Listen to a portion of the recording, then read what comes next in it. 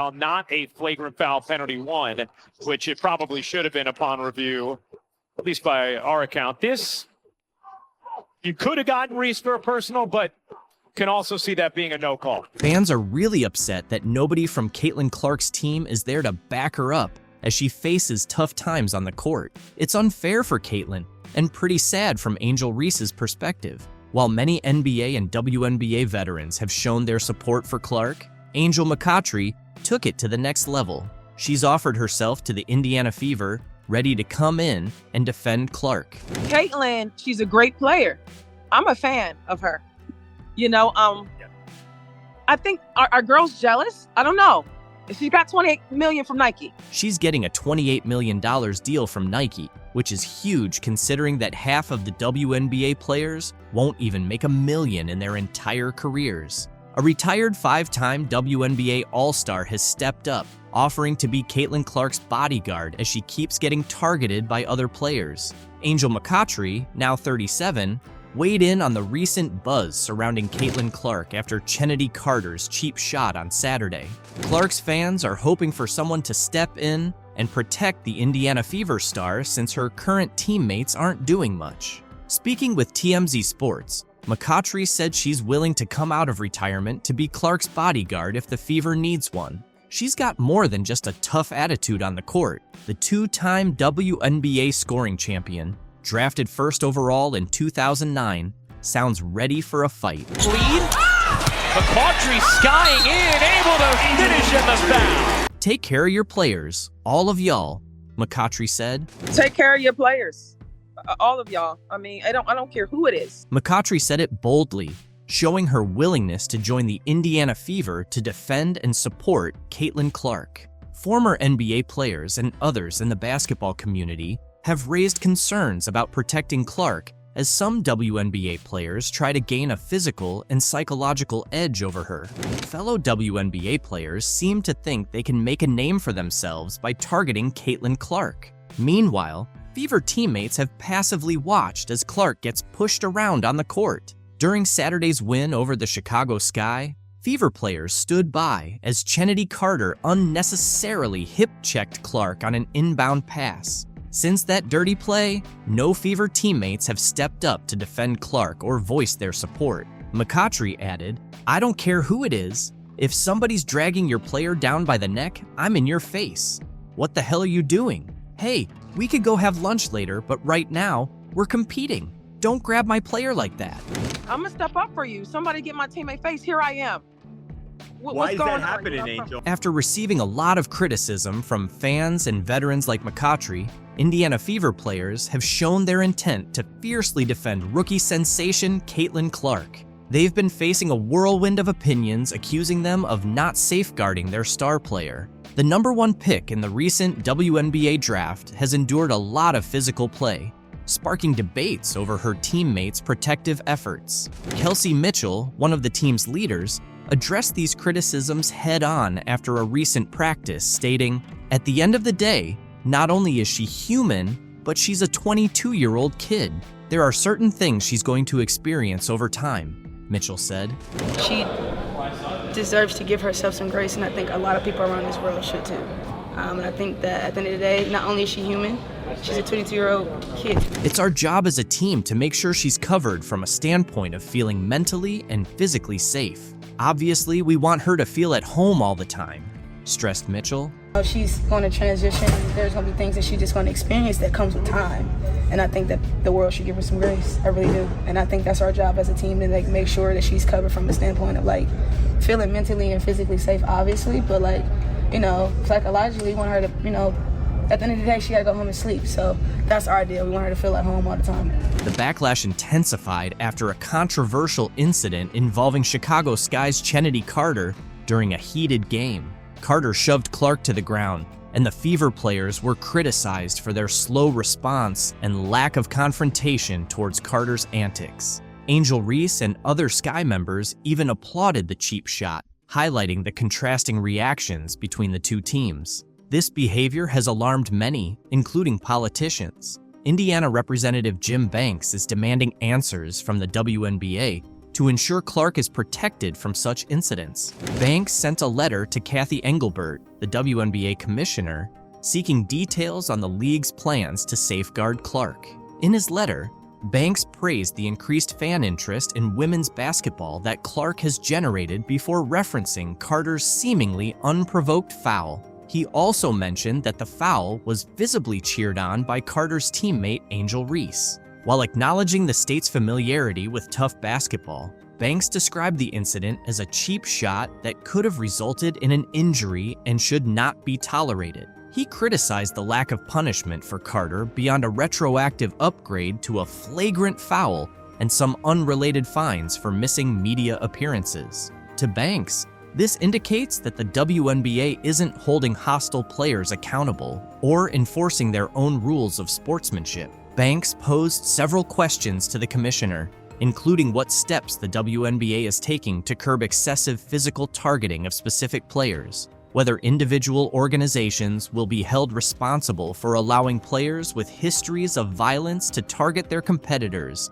and if repeatedly diminishing fellow players' talents benefits the league's overall success. He also asked if it is inspiring to young female athletes to see players like Caitlin Clark physically targeted for their success. There's no question that many WNBA players have struggled to hide their resentment towards Clark for the attention and money she generates through endorsement deals. The WNBA's only hope of achieving lasting relevance in the broader sports landscape is by creating and sustaining stars. Clark is essentially the first star of this magnitude the league has had in years, if not ever. It is not in the league's best interest to allow other players to target her, especially if that targeting leads to injury. Banks' questions are crucial, and the WNBA's answers may be even more so. What an incredible talent she is, 2 Final Fours, leading scorer, history of college basketball.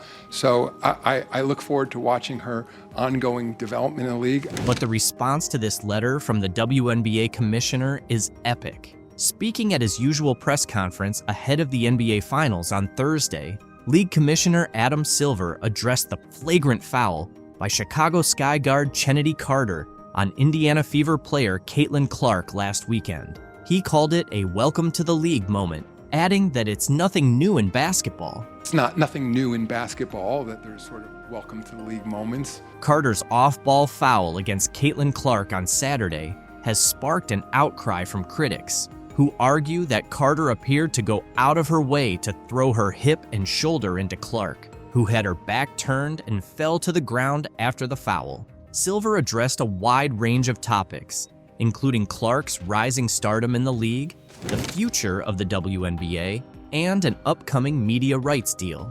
Of course, I want to see Caitlin Clark treated fairly and appropriately in the league, Silver told reporters. I would say it seems like she can take care of herself. She's a tough player. Of course, I want to see Caitlin treated fairly and appropriately in the league. I would say it seems like she can take care of herself. She's a tough player.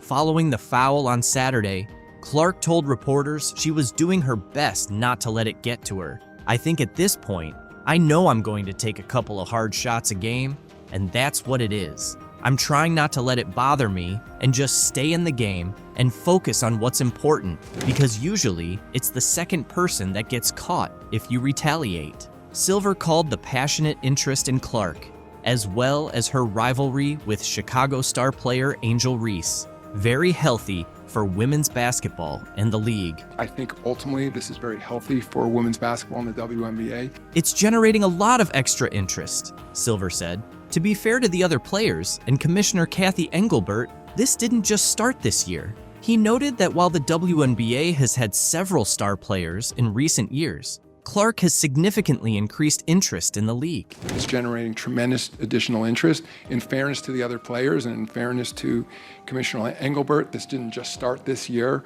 Certainly, we're seeing an acceleration of it with Caitlin, but many individual stars who came in this league in the last several years, and then again, I've been with the league for a long time, so I was there the early days with Val Ackerman, and of course David Stern when we developed the WNBA. If you look back at our original business plan from 28 years ago, "We didn't anticipate it would take this long to achieve the level of popularity we're seeing now," Silver said.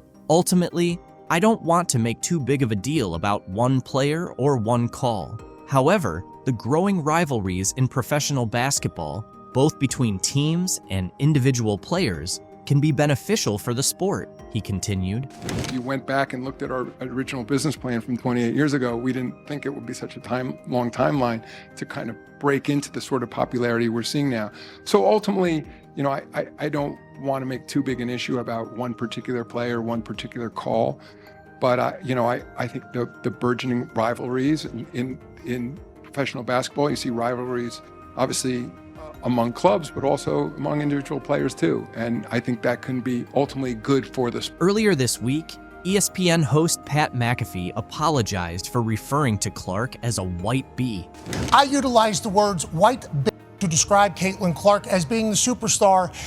Those were not my intentions, but that's how you took it. That's on me. I do apologize." During a segment discussing whether race has influenced the WNBA rookie's rapid rise, Silver said he accepted McAfee's apology and considered it a misstep. And here is the women's basketball world choosing to reject the attention that is finally coming their way by rejecting Caitlin Clark. The WNBA has really missed out by passing on Caitlin Clark. She's not just any rookie, she's the most exciting thing to happen to the WNBA, NCAA, and women's basketball in general. But here's an intriguing twist. She got left out of the Team USA women's basketball roster. Talk about a major surprise for 2024. Look, let's be honest, most people didn't even know they had women's basketball in the Summer Olympics. Now you have a chance to do this, and you don't take it, so here. In basketball, having top-notch skills and fierce competitiveness can overshadow even the biggest teams worldwide, and Caitlin Clark embodies all of that. So, what could be behind Team USA's decision not to include the Indiana Star rookie? First, let's take a look at Clark's performance in her rookie year with the WNBA. Despite the Indiana Fever's 3-for-29 season, Clark shined individually, averaging 16.8 points, 6.3 assists, and 5.3 rebounds. Her performance and impact are unprecedented for a rookie in the WNBA. So why isn't she on the Team USA roster? Experience can't be the excuse, considering the USA national basketball team's history of selecting rookies. Since women's basketball was added to the Olympics in 1976, at least 2 players under 25 have been included in every Olympic roster. The youngest ever to play for the USA women's team was Nancy Lieberman at 18 in 1976. In the Tokyo Games, the youngest were Asia Wilson and Nafisa Collier, both 24. Additionally, there's a precedent for including the top WNBA draft pick in Olympic years, such as Diana Taurasi in 2004, Candace Parker in 2008, and Breanna Stewart in 2016. The U.S. team didn't include Ndamukadi Agwumaike in the lineup back in 2012, even though she was with Los Angeles and now Seattle. Now, Caitlin Clark finds herself in a similar situation. During her time at Iowa, Clark became the Division I career scoring leader for both men and women, finishing with 3,951 points. She also reached the national championship game in both her junior and senior years. Look, let's be honest, most people didn't even know they had women's basketball in the Summer Olympics. Now you have a chance to do this, and you don't take it, so here. However, selecting Clark would have meant more than just highlighting her story.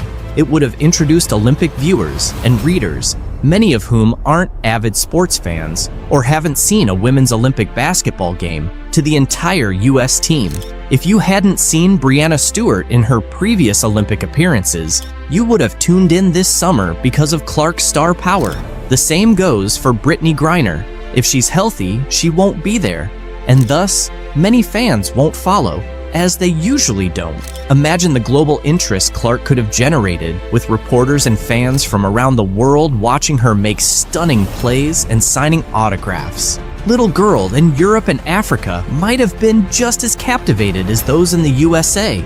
It all comes down to USA Basketball, whose mission is to promote, grow, and elevate the game at all levels. Missing out on representing your country in the Olympics is undoubtedly disheartening, and Caitlin Clark likely felt that way when she learned she hadn't made the 12-player roster for the Paris Games.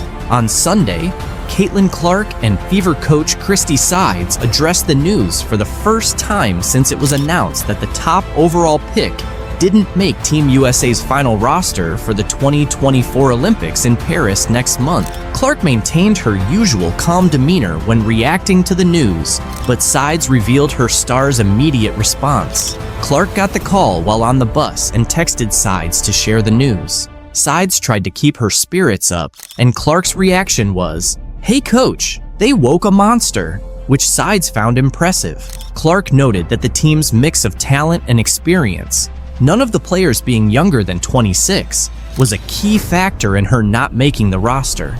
Despite this, Clark expressed enthusiasm for the players who did make the team. She said, "I'm excited for the girls on the team. I know it's the most competitive team in the world, and it could have gone either way, with me being on the team or not. I'll be rooting for them to win gold. Watching the Olympics has always been a dream for me, and this just adds motivation. Hopefully, in 4 years, I can be there." Clark was invited to the most recent training camp in April, which would have been her first chance to work with the senior national team, but she couldn't attend due to the Final Four. Nonetheless, she gave herself a strong chance with a standout rookie season.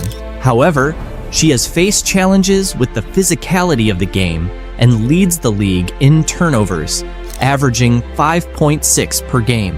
These issues, along with the talent and experience of the players ahead of her, seem to be the reasons she didn't make the final roster. According to Christine Brennan of USA Today, Team USA veterans were concerned about how Clark's large fan base might react if she were chosen, but received limited playing time. Clark didn't go into details about the decision, but mentioned that USA Basketball called her to deliver the news before it was publicly leaked on social media. On the bright side, Clark will finally get a break when the WNBA takes a pause for the Olympics. She's been playing almost non-stop since her senior season at Iowa started in October. Once the Fever finish their pre-Olympic schedule on July 17th, they won't play again until August 16th. "I'm really looking forward to a break," Clark said. "I've loved every second of competing, but it will be great to rest, get healthy, and take a bit of time away from basketball. It'll be nice to find some peace and quiet for myself." There's a slight chance Clark could still join the team as an injury replacement. Notably, Chelsea Gray, who was selected, hasn't played in 8 months due to a foot injury, and it's unclear when she'll return. As one of the top playmakers, Clark could be next in line if Gray isn't back in time. However, Clark is focusing on the Fever and their effort to climb out of the 11th seed. "If USA Basketball needs something, I have a good relationship with them. But the 12 players they've selected are really great," Clark said. "I think they're in good hands. Cheryl Reeve is a great coach, and the selection committee did a really good job." Some media personalities suggest that not making Team USA could turn out to be a blessing in disguise for Clark. Jamel Hill, formerly of ESPN, suggested that not competing for the gold medal might actually be beneficial for Clark. In just a few weeks, Clark transitioned from college basketball to becoming a professional and dealing with a demanding schedule. A multi-week break could be just what she needs, Hill mentioned in an X post. Clark had almost no offseason. Her college career ended on April 7th after a long 6-month season, and just a week later, she was the first overall pick in the WNBA draft by the Indiana Fever. Under 5 minutes to go in the first, it's Caitlin Clark. The ball's knocked loose, doesn't matter. 29 feet away, pulling up from Alexandria, boom, no problem. Caitlin Clark just delivered the explosive performance we've all been waiting for. She nailed 7 3-pointers and scored over 30 points in front of a packed crowd of more than 20,000 fans, turning a dream scenario into reality for us supporters. In this remarkable game, Clark became just the second rookie in WNBA history to hit 7 3-pointers and reach a career-high 30 points. She matched Crystal Robinson's rookie 3-point record from 1999 and surpassed Tamika Catching's record of 6 from 2002, setting a new franchise record for the most three-pointers by a rookie in a single game. Her standout performance not only led the Indiana Fever to an 85-83 victory over the Washington Mystics in the Commissioner's Cup, but also won over fans who had seen her struggle in earlier games. Moreover, she silenced critics who doubted her ability to adjust to the WNBA standards. The game, which was moved to Capital One Arena to accommodate the high demand to see the top draft pick, saw Clark shine in front of a record-breaking crowd of 20,333. This was the largest attendance for a WNBA game since the 2007 finals and the second best performance since 1999. Clark also added 8 rebounds, 6 assists, and a career-high 4 steals to her impressive stats. At this time 1 week ago, we were gearing up for Caitlin Clark to go against Angel Reese for the first time in their WNBA careers. And by the time the Fever Sky game was over, the conversation had changed to Kennedy Carter's foul on Clark. A foul the WNBA would later upgrade to a flagrant foul 1 the very next day, and it was a foul that launched 1,000 takes. Caitlin Clark has made history as just the second rookie to score over 30 points, grab more than 5 rebounds, dish out over 5 assists, and hit more than 5 three-pointers in a single game. She also became the fastest WNBA player to reach 200 points and 75 assists, achieving this in just 12 games and surpassing Sue Bird's record of 14 games. "It felt great to shoot well. Even my misses felt close," Clark said after the game. "It was nice to have a night like this. Overall, we shot the ball really well. 16 made threes. I still see so many areas where I can improve, and I think that goes for our entire team." Clark is determined to maintain her high level of play, knowing she hasn't reached her peak yet. Her standout performance also led the Fever to deliver the Mystics their 11th consecutive loss, marking the worst start in the franchise's history. Kelsey Mitchell, Clark's backcourt partner, added 16 points, 4 assists, and 3 steals. Both Aaliyah Boston and Nalissa Smith contributed 10 points each. The team secured their second Commissioner's Cup win, moving to a 2-1 record in the competition. However, despite her impressive performance, Clark is still dealing with some rookie challenges, including leading the league in turnovers. She had 8 more turnovers in this game, bringing her season total to 67. Interestingly, she matched her career high of 30 points from May 28th against the Los Angeles Sparks. Along with her 6 assists, 8 rebounds, and 4 steals, she made 7 of 13 three-point attempts, tying a WNBA rookie record, and hit 5 consecutive shots from beyond the arc in the second half. Yeah, I think it's a process more than anything. It felt good to shoot the ball well. Like, I feel like even my misses were like right there. I thought multiple were still going in, and it was nice to have a night like that. Clark's confidence in her game is evident from recent performances. Earlier, she discussed the learning curve she faced in her first 11 professional games. After scoring just 3 points in a season-low performance against the New York Liberty on Sunday, Clark rebounded with what many consider the best game of her young WNBA career, thanks to a 4-day break. During this time off, Clark mentioned that the Fever took the opportunity to refine their set plays and practice against ball screen blitzes that had been challenging them. Against the Mystics, Clark found space to create off those screens, explaining, "As a shooter, once you see 1 or 2 shots go in, the basket just seems bigger and bigger." Indiana head coach Christy Sides noted that the strategy to get Clark more action off screens was deliberate, aiming to reduce her workload.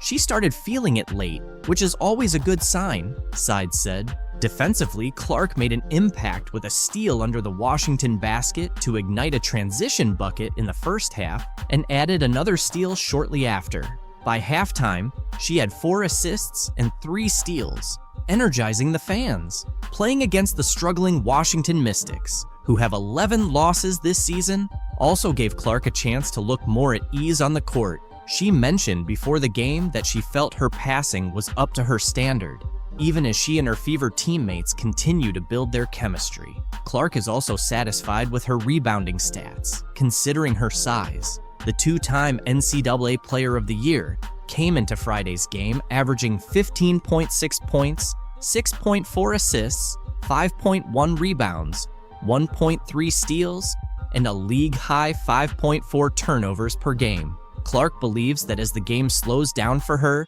those turnovers will decrease. To reduce turnovers, Clark showcased her ball handling skills with a smooth one-handed drive and a scoop shot for 2 points in the first quarter. On the next Fever possession, she demonstrated her court vision with a give and go with second-year forward and 2023 top draft pick, Aaliyah Boston. Despite this, some flaws in Clark's game from the first 6 weeks of her professional career were evident on Friday. In the first quarter, she was stripped by fellow rookie Julie Van Loo, who then hit a transition three-pointer before Clark could recover. Clark responded with a step-back three-pointer near the Mystics logo. With the Fever starting 3s in 9, Clark is gaining a clearer understanding of how much experience counts in the WNBA. She offered some realistic insights into her situation, noting, if you're the #1 pick, you're probably going to a team that didn't have the best year before.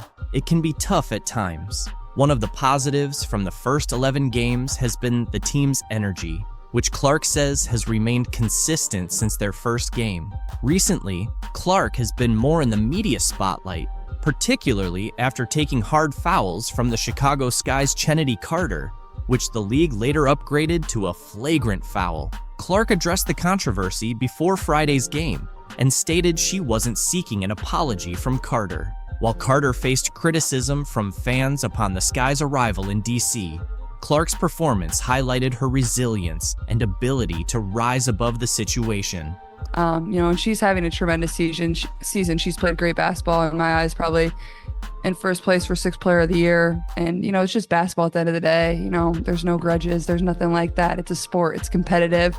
It's not going to be nice all the time. That's not what basketball is. And I think people that play that at the highest level understand that. Clark acknowledged that she was fully aware of the physical challenges she would face in the WNBA. Maybe some people didn't understand the circumstances, she said. Clark continued, "You're starting a new chapter and a new phase of your career as a professional athlete. It's not going to click overnight. That's just not how it works." Clark has been emphasizing this since the beginning of her WNBA career, but both she and her fans are well aware of her exceptional talent. When Caitlin walked into the Indiana training camp, the excitement was palpable. Everyone turned to look at her, filled with curiosity and hope. People started comparing her to the legendary Larry Bird, highlighting the high expectations and excitement surrounding Caitlin's game. Back in 1979, Larry Bird joined the Boston Celtics right after his college days at Indiana State. Before he arrived, the Celtics had just endured their worst season ever, finishing with a 23-59 record. But Bird's rookie season sparked a dramatic turnaround, with the Celtics achieving a 61-21 record and clinching the Atlantic Division title. This phenomenon became known as the Larry Bird effect. Could Caitlin Clark bring about a similar change for the Fever as Bird did for the Celtics? Last year, the Fever finished with a 13-27 record, and the year before, they had the worst record in the WNBA at 5-31. The potential for transformation is clear. Just as Bird took the Celtics from their worst season to division champions, Clark has the chance to revitalize the Fever. If she can replicate Bird's impact, she might lead the Fever back to playoff contention, something they haven't seen since Tamika Catching's last season in 2016. That's new to me. I think no matter what is going to happen, there's always going to be expectations and pressure on my shoulders and pressure on this team to be really good. And that's how you want it. That's exactly, we wouldn't want anything else. The excitement was palpable as the Indiana Fever kicked off their 2024 training camp at Gainbridge Fieldhouse. The familiar sounds of sneakers on the court, swishing nets, and teammates communicating filled Salesforce Court as the Fever returned for their first day of on-court action. Most of the team was there, including stars like Caitlin Clark and Aaliyah Boston, ready for an intense 2-day training camp. Head coach Christy Sides and her coaching staff wasted no time putting the players through their paces, evaluating their skills and chemistry.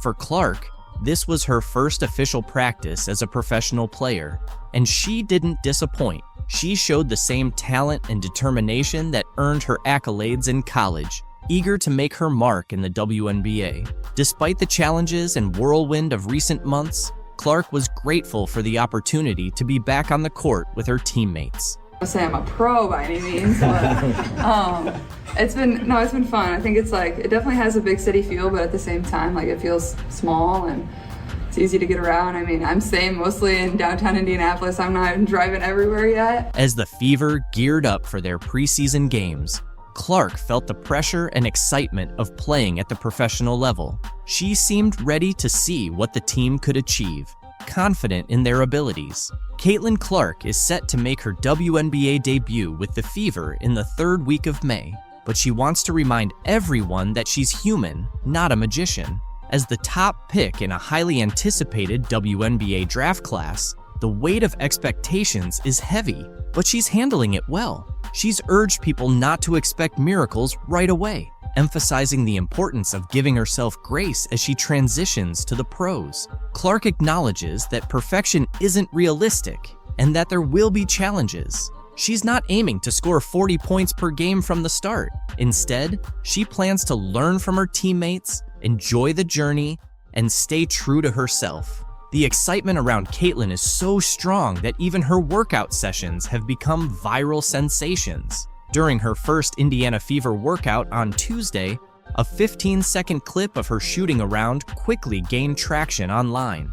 As the #1 pick in the recent WNBA draft, Clark showed her skills by going a perfect 5 for 5 in the video. This impressive performance follows her remarkable college career, where she became the NCAA's all-time leading scorer with 3,951 points at Iowa. Fever's training camp has captivated fans more than ever. During a scrimmage, Caitlin impressed everyone by dribbling past a male player and nailing a three-pointer. A fan posted a video of the play online, dubbing it, "Caitlin Clark broke his ankle."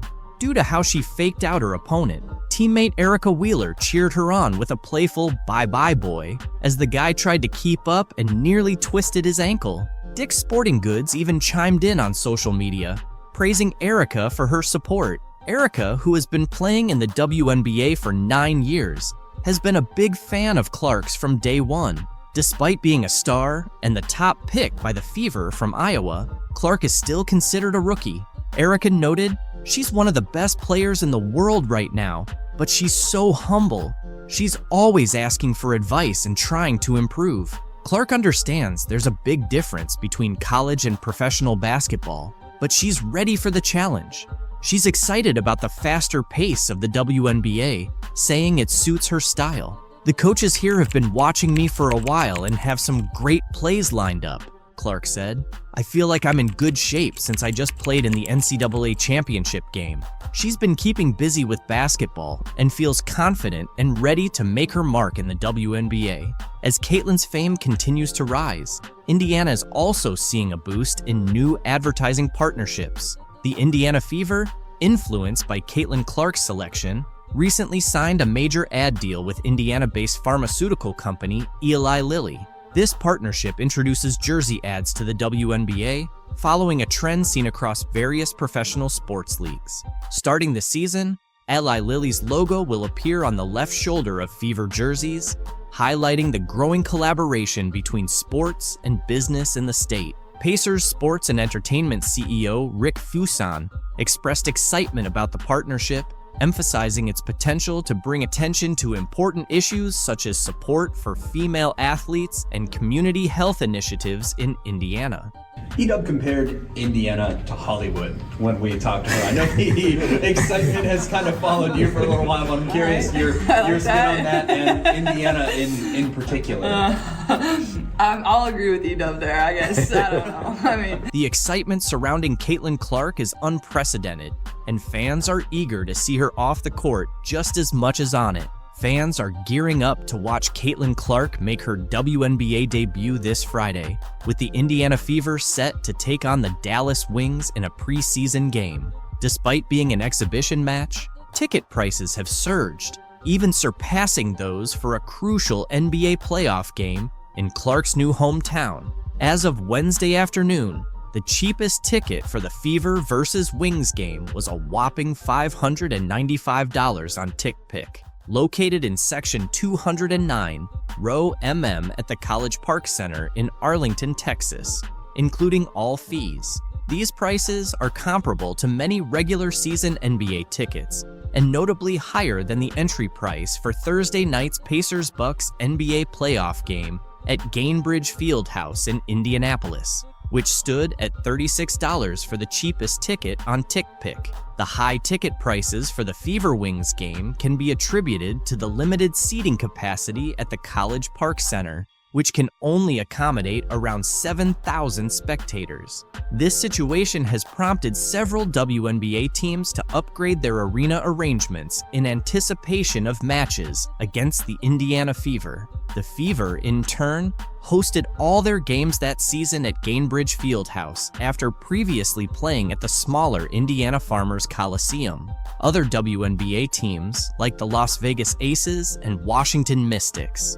also shifted their home games against the Fever to larger NBA-sized arenas to meet the demand from fans. The WNBA's Dallas Wings experienced a historic moment as they sold out season tickets for the first time in the franchise's history just before their preseason opener against the Indiana Fever on May 3rd. The anticipation surrounding Caitlin Clark's debut with the Fever fueled a surge in ticket demand, driving up sales for the Dallas team. Individual ticket prices for Clark's preseason debut ranged from $210 to $350, with some exceeding $1,000 in certain sections, according to UTA Tickets. The Wings also saw a significant increase in overall ticket sales revenue, with a staggering 220% rise, including an impressive 1,200% surge in individual ticket sales revenue, according to the Dallas Morning News.